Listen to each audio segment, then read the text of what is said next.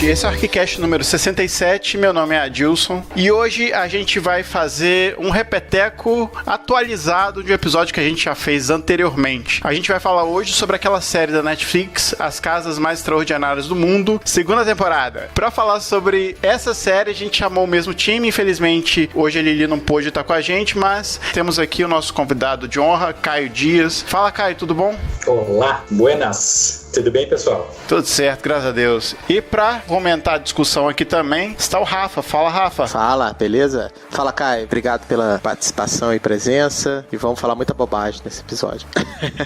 Com certeza, tá o time do fundão hoje, né? É. Exatamente, o time do fundão. Então, a gente vai pros e-mails, comentários e outras cositas massas.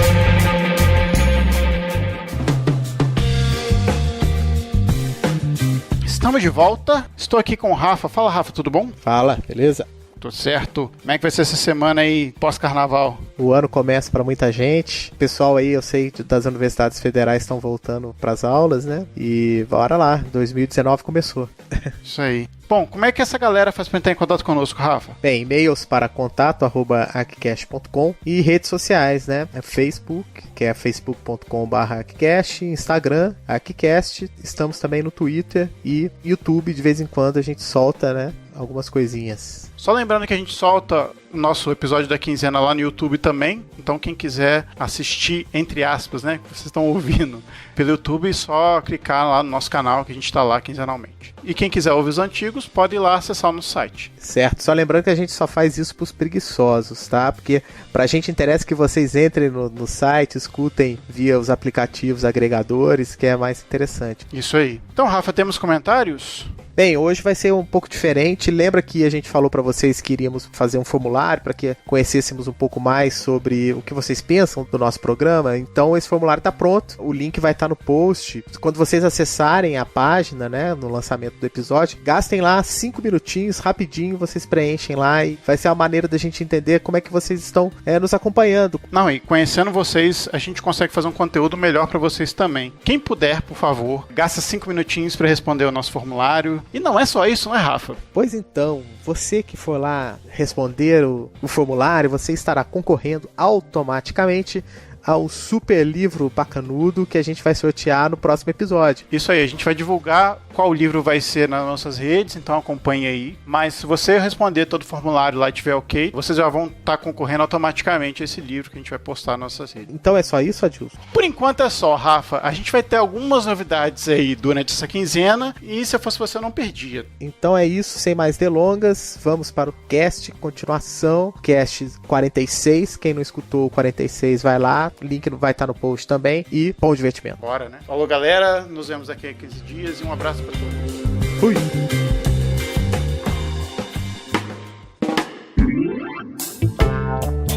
Pra começar a abordar a série, a segunda temporada da série, eu acho que a gente podia falar principalmente das mudanças que aconteceram na série, né? Eu acho que por conta do sucesso da Netflix e a criação da segunda temporada, eles mudaram um pouco a estratégia de mostrar as casas, né? Caio, você quer começar a comentar a respeito disso? Sim, mas antes de tudo eu queria dar um abraço pro pessoal da Netflix, que com certeza ouviu o ArchiCast número 46, porque tudo que a gente falou que eles podiam melhorar, eles atenderam. Eu fiz aqui uma lista do que a gente tinha pedido para eles, então obrigado Netflix por ter ouvido a gente. Então a Lili falou que ela queria um arquiteto brasileiro, um check aí. O Rafa falou que ele queria melhoria na graficação, check aí também. A Dilson falou que queria casas com uma profundidade maior no que eles fossem falar sobre as casas, aí teve um check também. E eu, ao que me cabe, eu pedi também que fossem mostradas casas de arquitetos mais conhecidos, e nós tivemos o Márcio Kogan, Hiroshi Nakamura, RCR, então o Pritzker aí, né, Ensemble Studio e o Ian Jensen. Então o pessoal tá ouvindo o ArchiCast aí.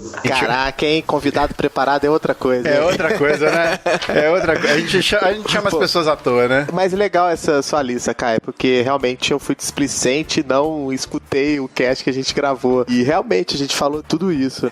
Bem, eu também gostei muito mais dessa segunda temporada. Eu achei que essa opção por fazer por região, acho que amarrou um pouco mais as casas, e eu acho que tanto na questão assim de a gente conseguir ver uma similaridade entre elas, uma mesma região, como um contraste. Mas alguns temas que eles selecionaram da primeira temporada sempre voltavam. Eu confesso confesso que eu fico na dúvida se as duas coisas não poderiam coexistir, das tipologias ou localidades junto com o contexto, vamos dizer assim, cultural das casas. Mas com certeza eu achei muito mais suave, assim, a transição de uma casa para outra. E lembrando de uma coisa que o Kai falou também, a primeira temporada era muito as casas de veraneio, onde os ingleses passavam suas férias. Dessa vez, por conta do sucesso, eles cruzaram o Atlântico, né? Foram para os Estados Unidos também, foram para a Índia. O que me surpreendeu foi para Israel, assim, um dos poucos lugares que eu imaginava que eles poderiam ir para uma série de casas. E isso é interessante.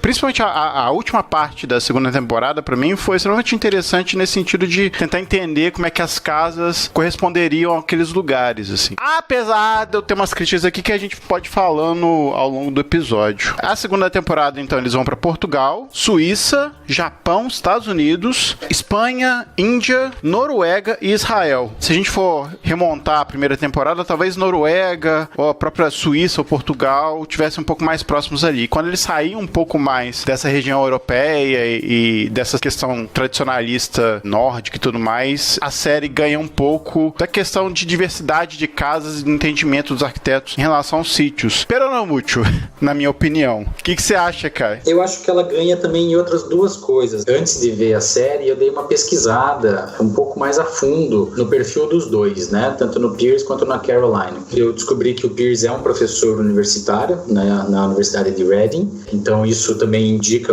a forma dele descrever as casas, né? E ele participou de uma série de programas na BBC e ele sempre é convidado para fazer comentários na BBC, sempre que eles têm alguma coisa sobre design e arquitetura. A Caroline me chamou muita atenção, ela é uma atriz, a gente já sabia disso, né? Ela tem um hobby muito forte sobre o mercado imobiliário, mas ela também é muito focada no meio ambiente. Uma das coisas que eu percebi é que ela montou uma ONG no Reino Unido para ajudar os britânicos a terem uma conscientização maior com os parques nacionais que existem lá. Isso me ajudou bastante para entender o perfil dos dois, né? Uma outra coisa que me chamou bastante atenção, como a Netflix assumiu essa segunda temporada, né? No meu ponto de vista, eu sou um assíduo da Netflix, que a Netflix tem uma preocupação muito grande em focar em determinadas tradições de um local. Então, vou dar um exemplo. Uma série que eu gosto muito é o Chef's Table, mas como exemplo da Chef's Table, existem uma série de outras séries, né? Onde eles focam na cultura de um determinado local. Mas daí eu concordo contigo. Eles entram numa cultura, mas eles não entram muito a fundo, né? Nível de informação até razoavelmente raso. Se resume ali no começo, né? Na síntese do episódio, muito dos hotspots, né? Dos lugares, né? Não se preocupa em entrar em questões de conflitos e tal, né?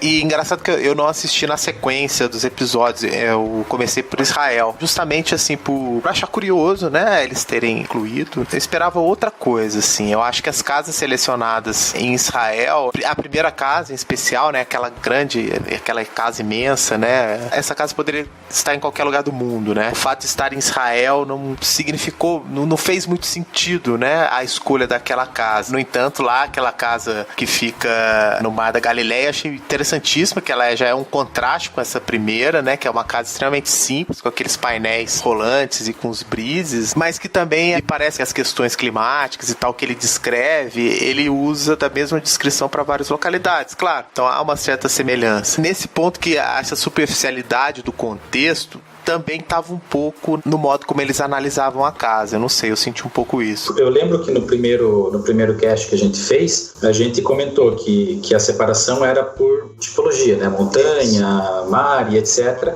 Floresta. E as undergrounds, né? Isso. E a gente chegou a uma conclusão no final do cast que a casa na montanha, ela poderia ser na floresta, a casa na floresta poderia ser no mar, né? Isso aí. E eu tive a impressão também, vendo esses episódios, que exatamente o que você disse, uma casa em Israel poderia ser uma casa em Miami, a casa da Noruega de concreto poderia ser em qualquer lugar, né?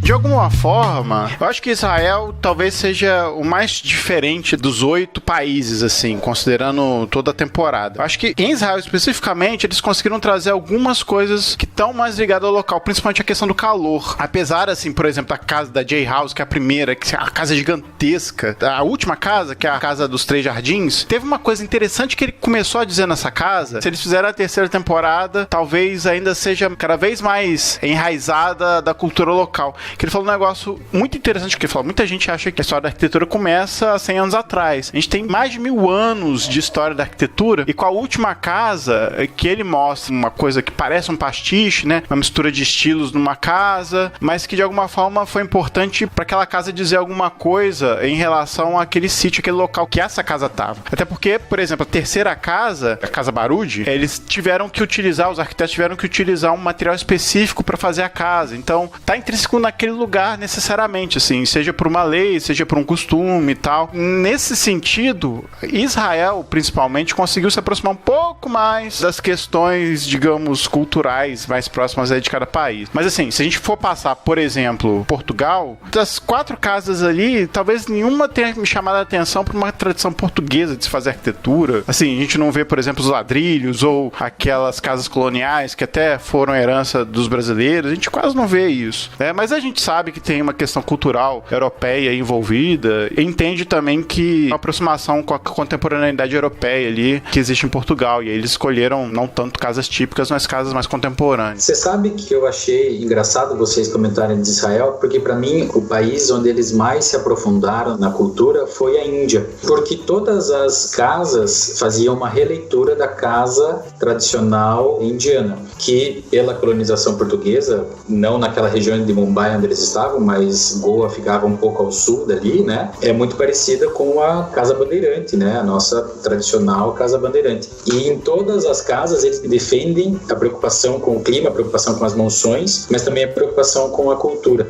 E o que me chamou muito a atenção na Índia foi que no final, eu não me lembro de qual casa, acho que da última casa do episódio, o Pierce falou que ele ficou tão inquieto com as casas que ele viu lá na Índia, que ele fez com que ele repensasse a arquitetura dele e queira elevar o nível dele para estar no nível das casas que ele viu na Índia. Eu já ia dar um spoiler aqui, essa última casa é fantástica. O conceito dela, se eu não me engano, já foi feito numa casa na China anteriormente, que também recebeu um prêmio muito importante, mas independente, é um conceito muito, muito, muito, muito legal. Você tem que ser muito bom para fazer aquele tipo de casa, com uma diversidade muito grande de materiais e também de leituras, assim, né, de design. Não é uma casa de uma percepção imediata muito fácil, mas ao mesmo tempo traz uma diversidade de coisas que de alguma forma, algumas vezes combinam, outras vezes não combinam, mas ela sugere uma outra coisa, uma outra leitura de uma casa, né? É muito interessante quando eles falam, né, que eles veem uma transformação de Mumbai, né, essa ocidentalização, que muito da memória está se perdendo, com demolições e tal. Sentindo isso, eles achavam que salvando pequenas coisas, né, eles poderiam construir ali meio que um caleidoscópio daquela cultura e tal. E você vê pelos detalhes construtivos, pela infinidade de materiais que é utilizado, tudo é desenhado, tudo é detalhado, mas dentro da dimensão do imprevisível, porque eles tinham que ir adaptando as coisas. Claro que assim, no projeto, a gente vê que tem um frame, né, a própria casa, assim, as molduras, né, ela é praticamente constituída por 2 molduras, né, e depois a casa se desenvolve ali dentro. Parece assim, né, que o controle estava só na casa, no entanto, tudo que é superfície, tudo que é elemento decorativo foi sendo feito de uma maneira muito artesanal mesmo. Eu acho que isso que de certa forma transforma essa visão do Pierce, né, que ele fala. Aquela casa é espetacular, eu concordo. E uma outra coisa que me chamou muita atenção no programa da Índia, nos outros países, quando eles vão visitar, eles falam de uma forma genérica sobre o que é aquele país, né? Agora, quando eles chegam na Índia, eles chegam na cidade, eles vão andar de tuk-tuk, eles têm as buzinas, tem todo aquele caos. Eu fiz uma viagem, fiquei 1 mês na Índia, peguei uma viagem de ônibus de Nova Delhi para Chandigarh e enfim, dormi, eu acordei, a pessoa falou que eu ia acordar e ia chegar em Nova Delhi. Quando eu acordei, eu fui parar numa cidade chamada Haridwar, que fica a 800 km de distância de Nova Delhi e 1000 e poucos de Chandigarh. Enfim, foi um caos. E daí até eu chegar em Chandigarh, levou mais um dia, né? Daí eu cheguei no sábado, e daí tava então todo o secretariado, todos os edifícios públicos estavam fechados. Eu perdi de ver a parte de dentro, né? Acho que eu nunca mais vou voltar pra lá. Então eu comecei esse programa da Índia, assim, com o nariz muito torcido, porque eu passei, literalmente eu passei um perrengue nervoso. Mas enfim, daí eu conheci 2 portuguesas portuguesa, então quando eu vi o programa de Portugal, eu visitei elas depois, né, no Porto. Por isso que eu digo, quando eles foram para Portugal, quando eles foram para outros países, eles mostraram de uma forma meio superficial, quando eles vão apresentar o país.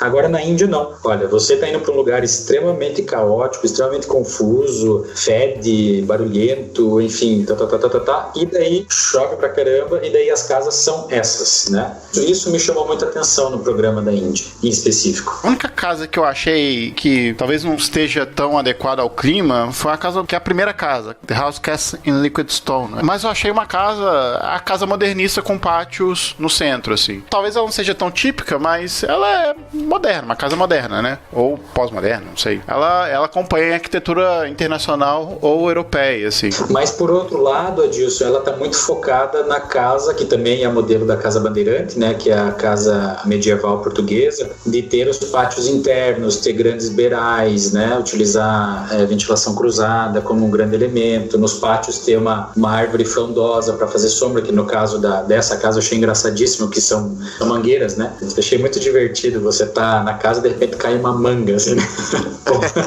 E essa casa aí, ela é muito Paulo Mendes da Rocha, né? Quando ela começou a descrever a casa, né? Não, é uma casa bruta, muito concreta e tal, mas tem uma sensação do lar e tal. E eu lembrei da casa do Paulo Mendes da Rocha, a casa que ele morou, esqueci o nome. A do Butantã? Isso.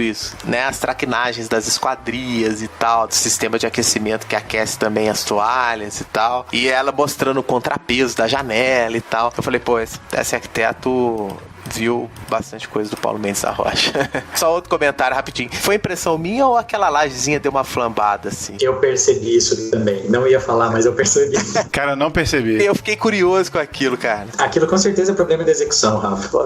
Eles devem ter jogado muito peso, não devem ter feito escoramento correto naquela laje, mas eu percebi. E tem uma diferença de uns 30 centímetros. É uma flambada bem grande. A gente falou da primeira e da última, né?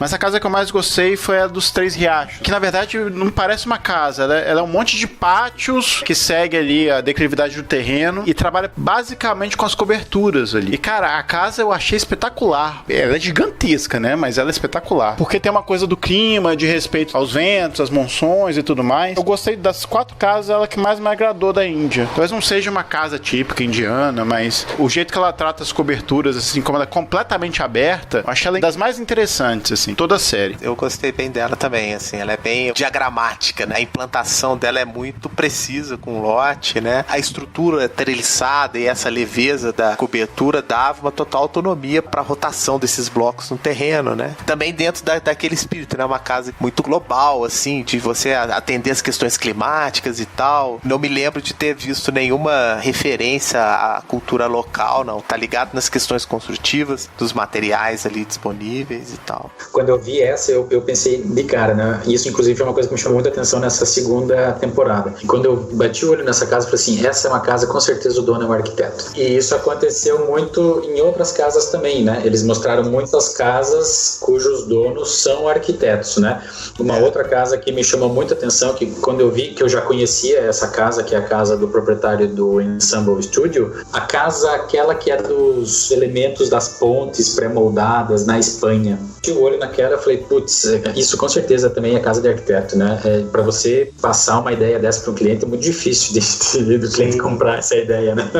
O acesso da raia da piscina, né? Que é um acesso por uma espécie de uma janela, né?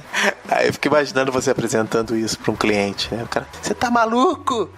É uma janela para eu entrar na piscina.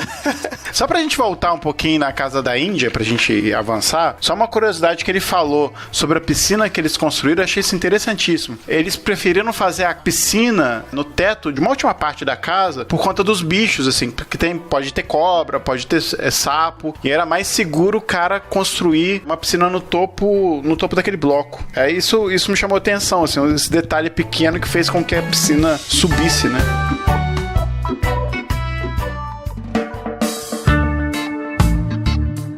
Agora a gente podia voltar um pouquinho, que a gente começou a falar da Espanha, das casas que são dos arquitetos, né? O Caio tava falando da Hemeroscopium House, né? Que é aquela, basicamente, com as vigas, que fazem a casa ser uma espécie de espiral, né? Cheia de viga. E a loucura da casa toda, pra mim, foi o contrapeso. Os caras tiveram que colocar. Eu falei, nossa, cara, que negócio maluco, assim. O cara fez questão de fazer, e aí não teve nenhum pudor de colocar um contrapeso no final da estrutura pra que a casa ficasse de pé. Eu acho muito foda, assim, trabalhar com esse tipo de estrutura. Uma coisa que eu notei na Espanha é que eu fiquei esperando também as casas com pátios internos e tal, que é muito característica da arquitetura espanhola. E aí, das 4 casas, as 3 têm os pátios. Só a primeira, que era uma casa rural do RCR, né, que é vencedor do Pritzker, que não tinha. Inclusive... Eu achei, assim, eu esperava tanto dessa casa, eu fiquei tão decepcionado com o que eu vi, sinceramente. Mas é uma questão de gosto. Arquitetonicamente ela é emocionante, mas como casa é uma coisa que não me pegou, assim. Isso é muito pessoal também, né? Como arquitetura eu acho do caralho, mas como casa... Só antes de passar para a SR, uma das coisas que também me chamou a atenção quando eu vi a Hemeroscopium pela primeira vez, eu pensei que fosse um projeto do Smiljan Radic, aquele arquiteto chileno, que fez o Serpentine Pavilion, né, uns 2-3 anos atrás, porque ele utiliza muito blocos de pedra para fazer o apoio das suas obras, né? Então, quando eu bati o olho, eu falei assim, nossa, isso é uma coisa do Radic, mas não era. Então isso foi uma surpresa agradável, mas com certeza era de arquiteto aquilo, né? Era casa de arquiteto. Agora, a casa do RCR, nossa, Adilson, eu vou te matar agora.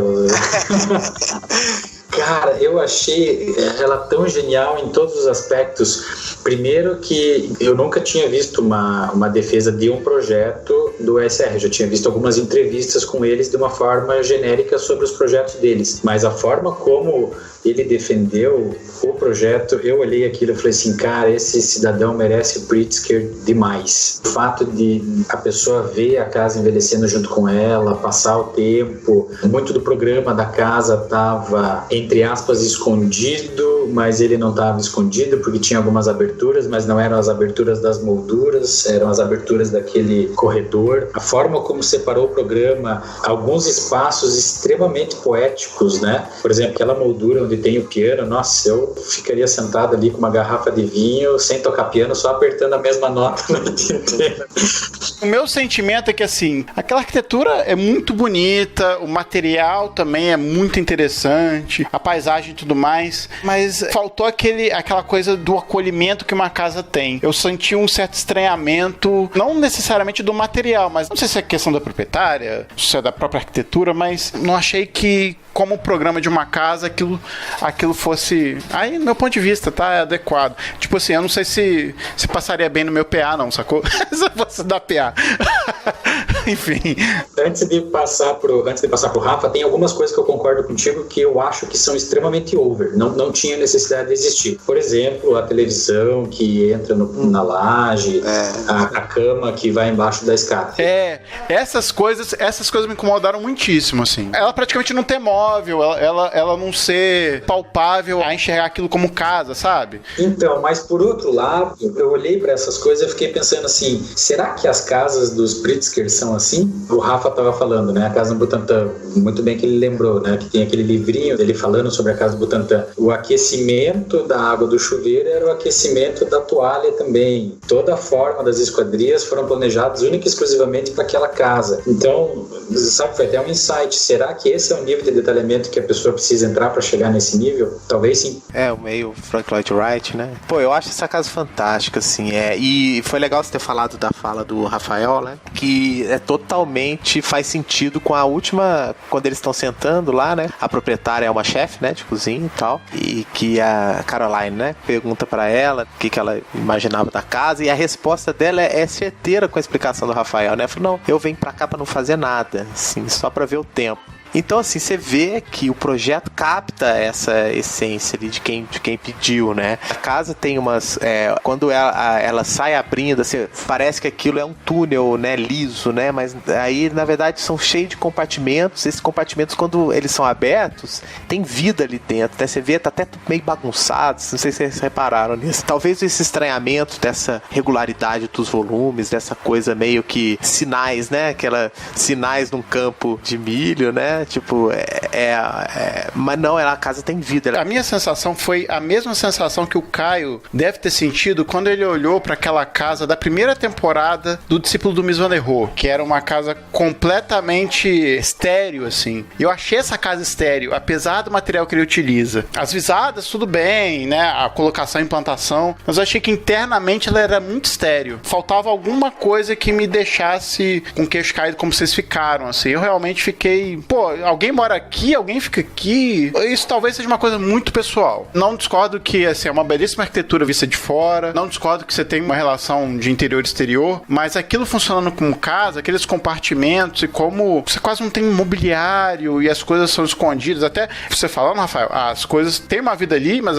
é tudo escondido pelos painéis, assim. Duas coisas que eu acho interessante. O que me chama a atenção é que uma coisa que o Rafa falou no outro cast que a gente fez, as casas com certeza são extraordinárias, então elas são fora do comum, né? Então eu fico imaginando quem são as visitas que essa chefe deve receber nessa casa, e isso a gente pode abrir para todas as casas das duas temporadas, né? Quando alguém faz um briefing para um arquiteto, e nós três somos arquitetos, a gente sabe que a pessoa pede uma coisa específica. E aí, por exemplo, a casa Jay, voltando daquela primeira lá de Israel, uma coisa que me chamou muito a atenção nela é que no briefing o arquiteto pediu pro dono da casa: o que você faz? Ele falou assim: eu sou uma pessoa que gosta de sentar. Eu sento na frente do mar, eu sento no meu escritório, eu sento no cinema, enfim, tudo isso. Então, o briefing que essa chefe deve ter feito para eles para ter feito essa casa. Segundo, eu e o Rafa estamos concordando e você está discordando, e a Lili não está aqui, mas isso inclusive não foi no Cast 46 que a gente fez, mas em um momento, quando eu e o Rafa falamos que a gente tinha achado a melhor casa da primeira temporada, a Casa do Deserto, a Lili falou que eu e o Rafa éramos finos com PHY,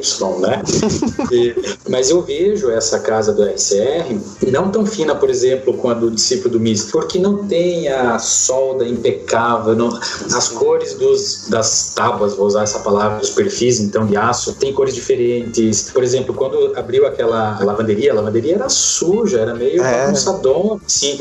Então é uma casa de verdade, não é uma casa como a do Discípulo do Mies van der Rohe. Aquilo não era uma casa, aquilo era uma galeria de arte, né? Então, apesar de tudo isso, eles conseguiram ter uma casa com a bagunça, com tudo que tem que ter, e isso é uma coisa que a Caroline sempre falou muito bem quando ela entrava nas casas, nessa especificamente não, mas ela queria ver essa bagunça, essa cara de casa, mas ao mesmo tempo tem uma preocupação muito grande com poética de arquitetura, com uma série de conceitos, né, que me fez, por exemplo, particularmente entender muito mais a arquitetura do RCR do que eu entendi antes. Aí, seguindo para Espanha, as casas de Madrid, a Solo House 2, a House of Three Sisters, Hemeroscopium House, todas elas têm um pátio que é fundamental para a arquitetura espanhola, assim. Hemeroscopium House faz uma leitura completamente contemporânea do que seria uma estrutura, né? Aí você falou, Caio, que a esposa do Bjarke Ingels chegou aí lá e tal, tirou umas fotos. Eles foram, né?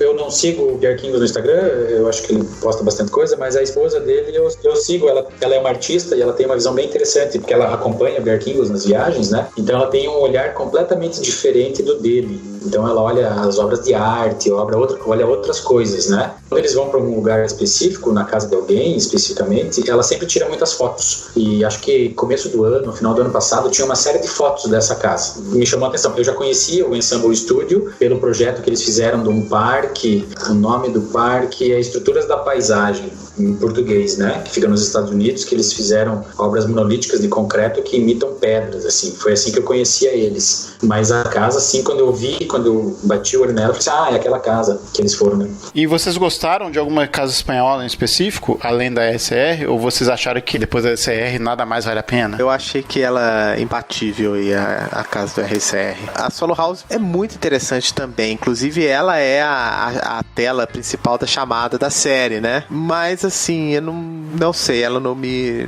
pegou, assim. A Casa das Três Irmãs, eu acho o interessante da casa é a questão do programa, né? 3 famílias ali unidas e tal. Construtivamente ela não tem muito... Se não me engano, o Pierce fala isso, né? Que é uma casa muito simples, materiais simples e tal. E o interessante está em como que esses espaços foram organizados. Me chamou muito a atenção a Solo House. Na minha arquitetura, eu gosto muito de brincar com geometria. A forma como que eles resolveram o círculo e dentro do círculo um quadrado, que é justamente contra ventamento, apoio das lajes, etc. Uma outra coisa que me chamou muita atenção na Solo House, isso para dizer que eu gostei bastante dela também, é como todos os ambientes, é claro que eles estão no topo de uma montanha, né? Não existe vizinho, né? Como que todos os ambientes eles se abrem tanto para dentro quanto para fora. Então eu fico imaginando num calor de 40 graus no verão espanhol, você ter uma fluidez perfeita nesse círculo, né? Isso realmente me chamou muita atenção. E não são casas que estão aí, mas me chamou muita atenção também o conceito do incorporador de construir 15 casas de grandes nomes da arquitetura mundial para fazer isso daí. Eu conhecia um outro incorporador que estava fazendo isso, não na Espanha, que ele comissionou o Peter Zumthor para fazer uma casa que ele entregou agora, final do ano passado, começo desse ano, que não é uma dessas 15 casas. Então, eu achei isso um ótimo nicho de mercado, né? Vamos fazer casas e vamos vender, né? Não, realmente, você lembrou desse detalhe, algo inexplorado por aqui, né? Teve uma coisa que esse cara, na entrevista que ele deu pra apresentadora, que ele falou uma coisa interessante, que os arquitetos estavam sendo, de alguma forma, enfrentando uma crise, ou que estavam sendo podados de fazer o seu trabalho. Vocês concordam com ele? Eu concordo, mas inclusive um termo que apareceu muito nos episódios foi carte blanche, né? Que os clientes deram carta branca para os arquitetos, mas eu concordo com ele, sim. Sim, não, concordo.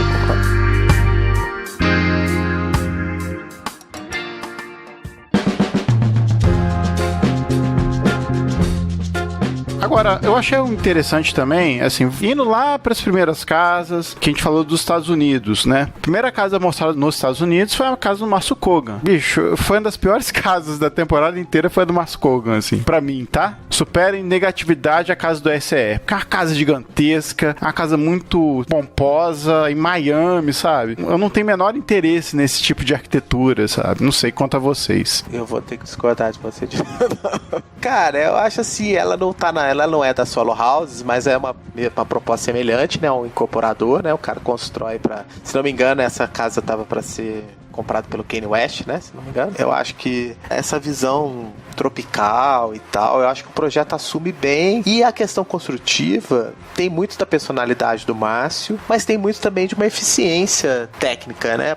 Que é uma casa para ter uma alta lucratividade. E eu acho essa promenade do acesso, passando pelo jardim, essa ideia dessa piscina-lago, eu acho usado, interessante. O público-alvo ela atende, assim, não sei. Tem uma curiosidade sobre essa casa. Quando ela foi lançada, eu não sei nem se existe mais esse artigo no ArchiDaily, mas era um artigo que dizia que ela estava à venda por 25 milhões de dólares. Daí teve um outro artigo, que eu não sei se foi no ArchiDaily ou foi no Curved Miami ou algum lugar que eu vi, que dizia que quando teve o furacão, etc., ela foi quase completamente destruída. Teve um alagamento de 70 centímetros de água nela, né? E daí agora ela está à venda por 30 milhões, ou seja, 5 milhões foi o custo de renovação da casa. Parto desse princípio, né? Porque nos 25 milhões anteriores o incorporador já teria o lucro dele. Então ele colocou o custo dele reformar a casa novamente. Então imagine o custo dessa casa. Mas, de novo, o briefing que foi dado para o arquiteto, né? Essa é uma casa que foi feita para status, né? Ela é uma casa que são pessoas extremamente famosas ou extremamente ricas que vão entreter os seus convidados. Imagina você chegando pro hi-fi, passa subir na rampinha. Ela é uma casa superlativa americana, né? Além disso, ela tá em Miami, que ainda é mais superlativa. Então, ela é uma casa de Miami, né? Ela é uma típica mansão de Miami, só que com uma linguagem de Márcio Kogan. Talvez por conta dela não ter dono fixo, ou que ela esteja à venda, talvez ela tenha perdido um pouco da pessoalidade nos móveis ou na decoração. O que eu acho um problema na casa, assim, na verdade, é o espaço exagerado, assim, sabe? Eu acho extremamente exagerado todos os cômodos da casa. Isso me incomodou um pouco, sabe? A pomposidade foi, inclusive, no aproveitamento / desperdício dos espaços gigantescos, assim, da casa. Pô, é tipo a casa da Ana Hickman, né? Vocês já viram a casa da Sim, você constrói 3 casas só na sala da Ana Hickman, né? Mas é isso, eles vão ter que convidar a turma toda. Não há como negar que a casa tem qualidades, mas assim, me incomoda incomoda. Toda essa pomposidade, todo esse estilo de vida dos ricos e famosos, assim, na maneira de você ostentar a quantidade de espaço que você tem, isso me incomoda um pouco. Não pela arquitetura e pelos detalhes construtivos, isso não é uma questão pra mim. E uma coisa que me incomoda nessa casa, uma coisa específica, duas coisas, vamos dizer. Eu também acho aquela ponte em cima do lago desnecessária. Eu acho ela bonita, mas eu acho ela desnecessária. Mas uma coisa que me incomoda é, a própria Caroline falou, quando eles estão naquela sala, daí abrem-se as portas e tem a cozinha atrás com aquele fogão enorme. Ela falou, esse fogão nunca vai ser ligado. E eu concordo com ela. Isso é uma coisa que me incomoda, porque a sala poderia ser maior, enfim, ela poderia ter toda a abertura tanto para frente quanto para trás, as pessoas da sala irem para cima dos quartos, enfim, já que ela não é só uma casa, ela é uma casa barra boate, né? Eu acho que isso seria mais interessante. Ele comenta de que foi difícil, né, a contratação, né? Parece que teve uma certa resistência do Márcio fazer a casa. Vocês se lembram disso? Você sabe de alguma história disso? Pelo que eu entendi, Rafa, foi por uma questão de agenda. Ele foi cada vez oferecendo mais dinheiro até que chegou no momento que o Márcio Kogan não pôde dizer não, né? Não, tá bom, eu faço. As outras casas dos Estados Unidos, eu gostei de uma particularmente, que é aquela casa branca, completamente esquisita externamente, mas que internamente eu acho ela muito curiosa, assim. Ela tem uma linguagem muito diferente. Agora eu acho que é a Spencer House, né? Guy Peterson. Eu adorei aquela casa, que é um cubão, né? Um cubo branco gigantesco, né? E que ela tem umas aberturas, é toda divertida, assim. Foge muito do convencional. Eu achei, assim, é interessante o contraste que ela cria no bairro, né? Ali, me parece que foi uma das coisas que foi colocada. Aí eu confesso que já faz tempo que eu assisti esse programa, não me lembro muito bem, mas isso tinha me chamado a atenção. Ela tenta ser sutil na questão cromática, né, assim, né, mas me chama atenção, por exemplo, aquela piscina toda coberta. A impressão que eu tenho é que são algumas coisas que parece que foram acrescentadas ao projeto, que ele não é tão, assim, aquilo ali me causou um certo estranhamento. Eu achava que precisava ali de um espaço mais aberto e tal. Eu acho interessante dessa função, meio que a casa é uma lanterna ali, né, na quadra, mas dentro da casa não me lembro bem, assim, de ter achado nada extraordinário, assim. Pelo contrário, achei essa cobertura em vidro meio estranha da piscina. No meu ponto de vista, ela é até interessante, principalmente eu estou entrando no Google e estou vendo uma imagem, uma elevação frontal dela, que não é bem a perspectiva que mostra no programa. Mas quando eu olho para ela e eu olho para Brillhart House, também no casal de arquitetos que construiu para eles, eu acho que a Brillhart tem muito mais a ver com um tipo de arquitetura que eu acredito, muito mais focada no local, né? Uma escala menor e etc. Engraçado que a Brillhart me lembra uma das casas que foram visitadas na Índia, que é aquela casa mais quadrada, né? Tem um lago e tal, e tem uma relação com uma paisagem um pouco mais próxima e tal. De alguma maneira, assim, eu acho que Miami, como vocês falaram, assim, da casa do Kogan, ser muito de Miami, eu acho essa casa também muito de Miami, assim. Talvez o Curras fizesse uma casa parecida com essa, mas aí sou eu chutando, enfim. Por conta do volume cúbico, desse contraste que ele quer causar com o entorno. Me lembra muito as propostas que o Curras faz. Das 4 casas, assim, de Miami, eu acho que a Prairie Residence, que é a casa da pradaria, né, do René Gonzalez, achei uma das mais interessantes também. Ela é completamente fragmentada, né? Tem um curso d'água no meio e ela se fragmenta através daquele curso d'água. Eu achei ela até mais flamboyant, né? Vou usar a expressão que eles usam, que a casa do Kogan. Porque a casa do Kogan tem uma área dela que é uma escala residencial e etc. E nessa não, ela é inteira, ela é uma grande galeria, né? Mas eu achei, por um outro lado, genial o fato deles terem angulado as paredes laterais para ter a entrada zenital, né? Porque ela está num local onde tem outras casas, não tem muita opção de abertura, principalmente para frente, né? Pela privacidade, né? Mas para mim ela é muito mais uma discoteca do que uma casa, assim, até certo ponto.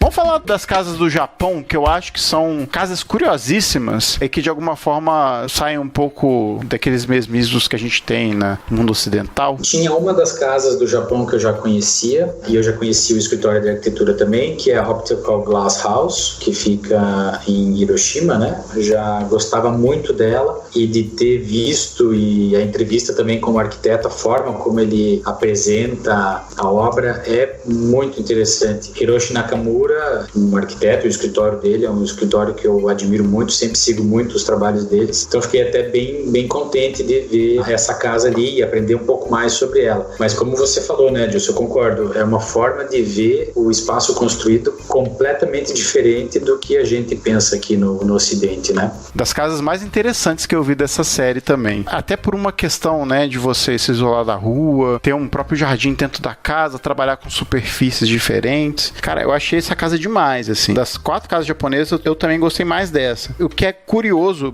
que eu achei que as 2 primeiras casas são muito atípicas, assim. Apesar, por exemplo, da casa Inzura, que é uma casa em forma de V, toda de madeira, apesar de eu achar muito interessante o trabalho em madeira, o aspecto interior da casa, que é meio vazado, que tem uma característica de uma casa mais japonesa mesmo, dos interiores japoneses, assim, aquilo me causa um estranhamento, mas assim, entendendo completamente que é uma cultura que não é minha, e admirando muito o trabalho que foi feito na casa, o trabalho da madeira. É o tipo de coisa assim que eu admiro, mas eu sou talvez incapaz de julgar se é bom ou ruim, sabe? É só de observar e achar curioso só. Por conta da diferença da Optical Glass House, de eu ter gostado e tudo mais, apesar de ser uma casa mais minimalista e intimista, as 2 primeiras casas são muito sugêneres pra mim. Eu não me sinto muito apto pra falar se é uma coisa que eu gosto ou que eu não goste, sabe? Uma coisa que me chamou muito a atenção no episódio do Japão, em geral, é que praticamente todos os proprietários das casas, né, acho que nenhum deles falava em inglês, sempre precisava de tradução, e a forma como eles falam, né, o mestre arquiteto pegou o meu conceito e traduziu numa forma, e eu achei genial, e quem sou eu para questionar, e essas coisas assim, né, isso é justamente que a gente voltando, que a gente estava falando da liberdade, né, esse respeito mútuo, né, e também o arquiteto falando, o cliente solicitou isso, e a gente não podia gastar mais do que ele tinha de verba e tal, né, esse respeito mútuo para mim foi bem interessante, né, em todas as casas do Japão. Eu tenho uma visão um pouco invertida dessa questão da linguagem, da House Inzura e da Jika House, né, que são típicas casas, assim, vamos dizer assim, a Inzura na questão do material, né, desse tecnicismo da madeira como elemento de estrutura dentro da casa, como elemento de revestimento, como isso é bem trabalhado e tal. A implantação, assim, né, ela é bem, se não me engano, acho que até a Caroline acho que fala, né, é interessante a gente subir, né, o morro para acessando a casa por baixo, né, isso que pra gente aqui da América do Sul é uma coisa meio que comum, né, as nossas coisas estão sempre em cima de montanhas e tal, a gente, né, e pra ela tava sendo uma experiência diferente, eu achei isso curioso. E no caso da Optical Glass House, eu acho que ela é uma das casas que mais se aproxima, assim, um pouco de uma linguagem ocidental. Eu acho que isso faz com que a gente se aproxime um pouco mais dela, assim, a gente tem uma afeição mais amigável à casa, né? E a outra casa, Glass House for a Diver, essa casa foi uma casa, assim, que pra mim não teve, assim, nada interessantíssima, né? Mas nada me chamou atenção, assim. Das 4 casas japonesas também é uma das que também passaria batido, assim. Mas, por exemplo, uma coisa que me chamou muito a atenção na House Inzura, que é para 2 mulheres com 70 anos, né? E ela tem uma geometria completamente inusitada, né? Então, esse tipo de coisa, acho que a Glass House for a Diver também, o proprietário é um proprietário que tem uma idade um pouco mais avançada, e eles totalmente abertos para essas novas ideias.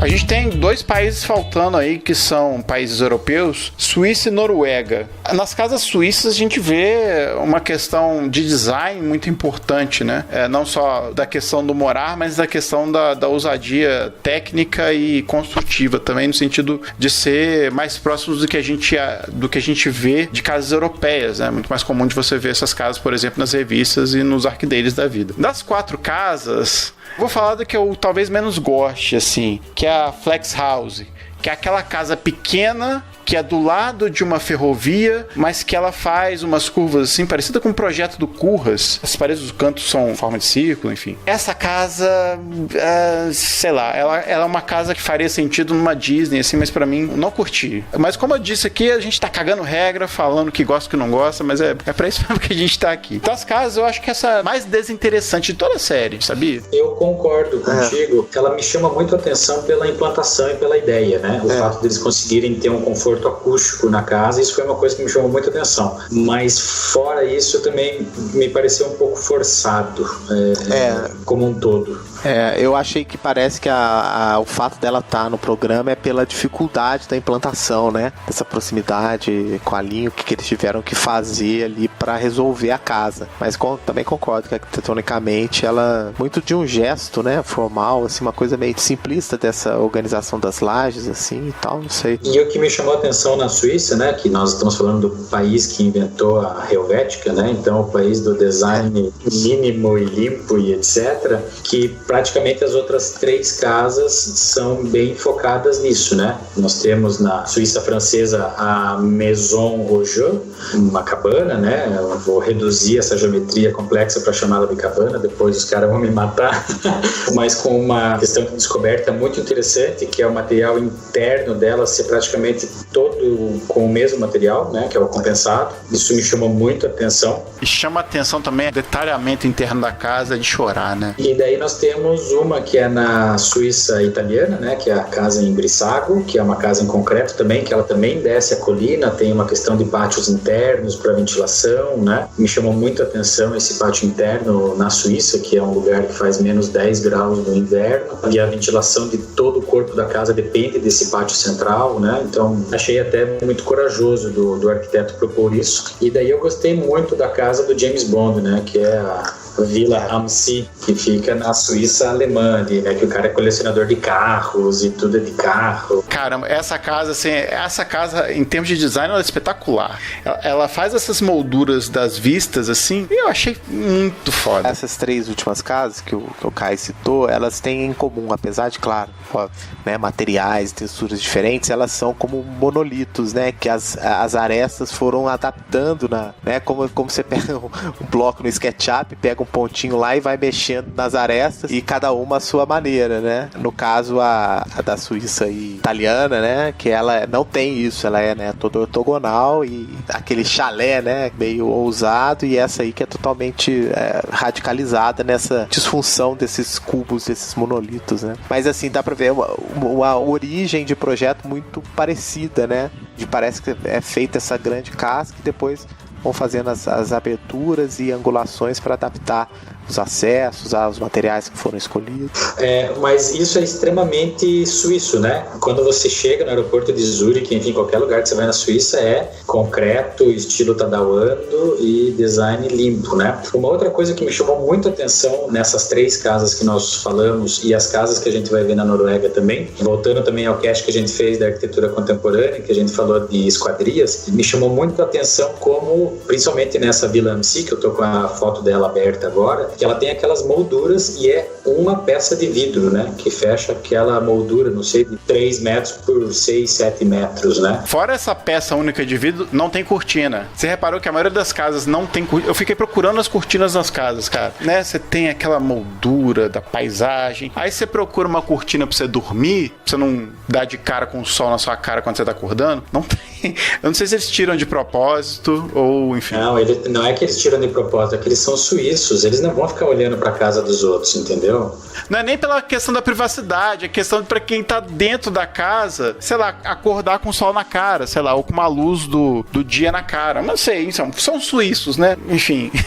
Eles controlam o sol também, eles têm um controle remoto que controla o sol. Deve ter um tipo de membrana que o próprio vidro tem, sei lá. Vai saber, né? São suíços. Agora, passando pro último país, que é a Noruega, que também é um país europeu, que talvez se aproxime um pouco mais dos nossos conceitos aí de residência. Das 4 casas, eu lembro pelo menos de 2 casas serem extremamente semelhantes àquele projeto Resorg de Meuron, né? Que é a casa típica, né? 2 águas estrudadas, que vão extremamente simples, onde você trabalha os ambientes internos ali de uma forma um pouco mais convencional. A não ser, talvez, a Concrete House, que até a apresentadora brinca que ela parece um hospital vista de fora, né? A Vega Cottage, né? Ela é semelhante àquela outra casa que a gente falou da Suíça, né? Assim, chalés. É interessante que há uma justaposição aí dessas 2 peças, né? Que parece que, se não me engano, acho que o arquiteto fala, né? A paisagem é toda feita de lascas, as pedras, e o projeto simplesmente tenta reproduzir essas lascas, né? O que eu achei interessante desse projeto foi a dificuldade da implantação dele, né? A estrutura que eles tiveram que criar para não danificar o solo, né? Durante a construção. Isso é muito interessante. Isso é uma coisa que a gente só consegue ver em documentários como esse, né? Que fala um pouco sobre o processo, né? Não você avaliar a casa apenas pela estética final, mas tudo que ela foi construída. E a mesma coisa lá com aquela casa na ilha, a Weekend House, né? E que foi também uma construção hercúlea, né? Os caras aproveitaram as bases de uma fundação de um armazém que era da família, né? Que tinha ali naquele trecho e construíram toda a casa num estaleiro, né? E que eles levaram a casa para pousar ela ali na base, né? Foi aquela confusão e tal. Mas a gente não sabe dessa história na hora que começa a falar dessa casa, né? E eu acho que a edição até força isso. Nossa, essa casa parece que é pesada, grandes vigas metálicas e tal. Aí a primeira coisa que você imagina é essa casa aí, não tem nem como sair do chão. Como é que ela foi construída? Você começa a imaginar, né? E depois lá no final você se surpreende que ela foi içada ali pra ilha, né? A Summer House, né? Que eu acho que é fantástico, assim, a integração dela com o sítio, a dificuldade da topografia. Me parece que foi uma das casas preferidas da Caroline, se não me engano, assim. E a Concrete House é o hospital, né? Mas que lá no final, quando eles estão lá, fala, não, enfim, aqui de dentro funciona, porque essas aberturas, na verdade, são construções de molduras de tudo que está ao redor e tal, pensando com o tema da paisagem, que há um discurso e uma explicação dos projetos quando se diz respeito à forma do edifício, como que ele se integra, a questão dos materiais, ao uso de materiais locais e tal, as formas, né? Essa questão das lascas da paisagem que reproduzem, e você tem muito discurso da paisagem por dentro, né? Do enquadramento e tal. São duas visões de paisagem que conduzem às casas. A gente poderia depois até fazer um exercício assim, se a gente fosse reclassificar essas casas num novo documentário, daria uma coisa interessante pra gente pensar. A única coisa que eu fiquei pensando em todas as casas, assim, foi que essas casas seriam impossíveis de fazer no Brasil, né? Como o uso da tecnologia, a questão do transporte de materiais, a utilização de determinadas tecnologias construtivas e também do acabamento de algumas coisas, assim, infelizmente a gente não tem esse know-how de fazer essas casas ainda. Principalmente na Noruega que eu fiquei mais assim, putz, as casas são tão legais, mas assim, seria muito difícil ter alguma casa desse tipo aqui. Por um lado sim, por outro lado tem algumas iniciativas que estão surgindo parecidas, né? Por exemplo, os mini-mods da Mapa Arquitetos, o Arthur Casas lançou a Cis House, também indo mais ou menos para esse caminho, né? Mas eu concordo contigo, uma coisa que chamou muito a atenção para mim nas casas da Noruega é a batalha constante que eles têm com o clima. Assim como na Índia, né? O clima é um elemento muito protagonista na decisão de muito mais do que tradição e essas coisas. Eles começam falando do clima, começam falando da dificuldade que é construir naquele terreno, e depois eles falam das coisas, né? Do resto da edificação. Eu não vou entrar muito nos detalhes da Vega e da Concrete House, mas uma coisa que me chamou muito a atenção na Summer House, eu achei ela bem interessante, principalmente as lascas de madeira na fachada, eu achei isso uma textura muito, muito legal. A arquitetura suíça também faz muito isso, né? Para fachada que não pega o sol e tem uma umidade grande do vento que vem dos Alpes, eles utilizam isso como uma barreira. Uma outra coisa que me chamou a atenção foi quando eles entraram na sala que tem a pedra, ela falou assim, nossa, que ideia extremamente genial e original, e nunca vi isso.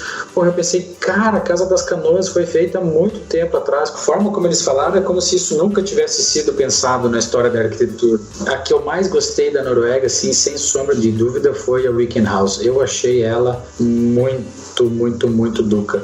Os detalhezinhos, né? A trava do banheiro, que é um elemento de couro. Putz, quando eu vi aquilo, eu falava com meus alunos que eu é feito filha da puta, né? Que você olha aquilo e você fala, filha da puta, como é que o cara pensou nisso? Mas ela é muito genial, a forma como ela foi toda pensada, quando ela tá fechada, o volume é um volume monolítico que se camufla no entorno, mas ela se abre de uma forma extremamente contemporânea. Eu vejo que ela permite uma quantidade de usos muito diferentes acontecendo ali dentro dela, né? A relação, inclusive, que eles falam que quando tem as tempestades, como que ela resiste a tempestades, você vê a tempestade de uma ilha, né? Então essa relação também com o clima, o Pierce comenta que é uma sensação de estar dentro de um cruzeiro, né? Dentro de um barco. Então eu acho que fenomenologicamente ela é muito rica, né? Apesar da geometria ser uma geometria simples.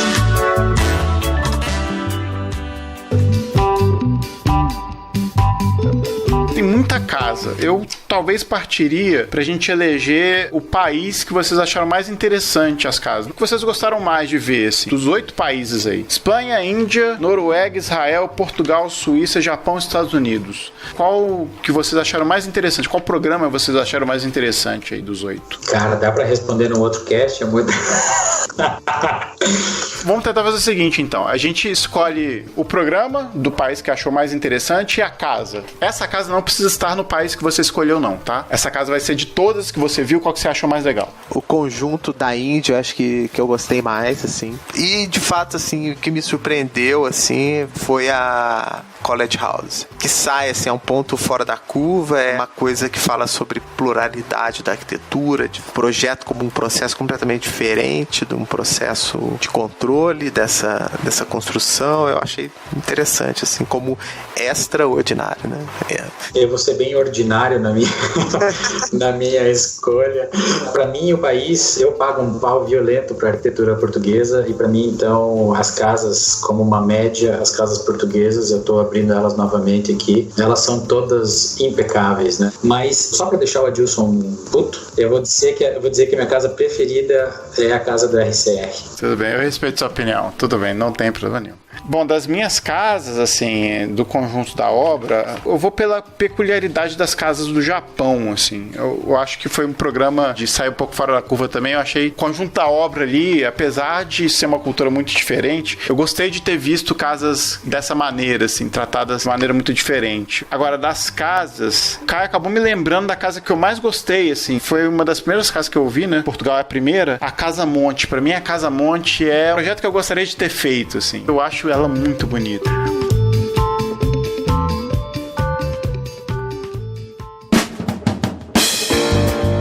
Galera, como é de praxe, vou chamar quem participou aqui do cast para dar as dicas do episódio de hoje. Quem quer começar? Caio, você tá com a sua dica aí? Pensando nesse programa, não consigo pensar numa dica melhor do que pegue a sua mochilinha, coloque no seu ombro e saia viajar. A melhor forma de você construir uma arquitetura que está enraizada num lugar, está enraizada na cultura, na história, na geografia de um determinado local, é você aprendendo sobre essas coisas. E isso é uma coisa que os livros não te ensinam. Coloque isso como uma meta, todas as oportunidades que tenham, saiam viajar, não precisam ir para fora do país, vão conhecer uma região que vocês não conhecem, que com certeza vai ajudar vocês a fazerem uma arquitetura melhor. Rafa, fala aí sua dica. Bem, a minha dica, eu acho que eu já dei a dica desse livro, mas a novidade agora é que ele está disponível na Amazon. A dica então é do livro da Adriana Sansão, que esse livro tinha esgotado e que agora está liberadão aí na Amazon, que é Intervenções Temporárias e Marcas Permanentes